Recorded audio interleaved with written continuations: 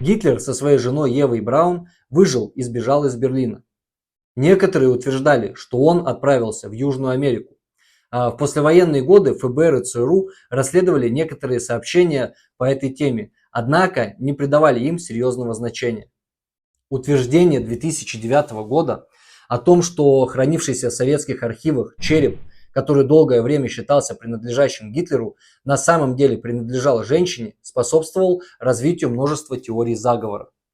Хотя эти утверждения получили известность в массовой культуре, историки и научные эксперты считают их опровергнутыми свидетелями и останками зубов Гитлера, которые указывают на его смерть в берлинском бункере.